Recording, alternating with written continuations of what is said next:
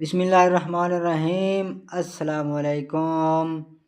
ਇਹ ਜਨਾਬ ਇਸ ਫਾਰਮਰ ਦੀ ਗਾਂ ਨੂੰ ਬਰਾਮਦ ਦਾ ਸੀਮਨ ਰੱਖਿਆ ਸੇ। ਇਹਦੇ ਕੋਲ ਹੁਣ ਵੱਛਾ ਬਰਾਮਦ ਦਾ ਤਿਆਰ ਹੋਇਆ ਖਲਾ ਤਕਰੀਬਨ 3 ਮਹੀਨੇ ਇਸ ਵੱਛੇ ਦੀ ਉਮਰ ਹੈ। ਇਸ ਫਾਰਮਰ ਨੇ ਫੇਸਬੁੱਕ ਤੇ और यूट्यूब ਤੇ ਬਰਾਮਦ ਦੇ ਬਾਰੇ ਬੜੀ ਵੀਡੀਓ ਵੇਖੀਆਂ। ਇਸ ਵੇਖਿਆ ਜੀ ਬੜੇ ਮਹਿੰਗੇ ਵਿਕਦੇ ਪਏ। ਕੋਈ 75 ਲੱਖ ਦਾ ਵੱਛਾ ਵੇਚੀ ਖਲਾ ਤੇ ਕੋਈ 60 ਲੱਖ ਦਾ ਤੇ ਕੋਈ 20 ਲੱਖ ਦਾ ਤੇ ਕੋਈ 12 ਲੱਖ ਦਾ ਤੇ ਕੋਈ 5 ਲੱਖ ਦਾ।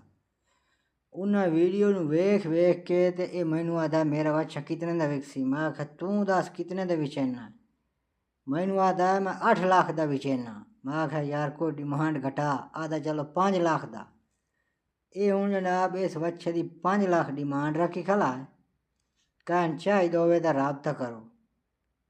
ਇਹ ਬਰਾਮਦ ਦਾ ਵੱਛਾ ਜੀ। ਇਹਦੀ ਮਾਂ ਹੈ ਸਾਹੀਵਾਲ ਦੀ। ਉਹਦੇ ਵਿੱਚ ਇਹ ਵੱਛਾ ਜਮਿਆ ਜੀ। ਇਸ ਵੀਡੀਓ ਬਣਵਾਈ ਹੈ ਬੜੇ ਸ਼ੌਂਕ ਦੀ। ਇਹਦਾ ਨੈਟ ਤੇ ਚਾਰਜ ਮੈਂ ਵੱਛਾ ਵੇਚਣਾ। ਨੈਟ ਤੇ ਬੜੇ ਮਹਿੰਗੇ ਵਿਕਦੇ ਪਏ ਵੱਛੇ।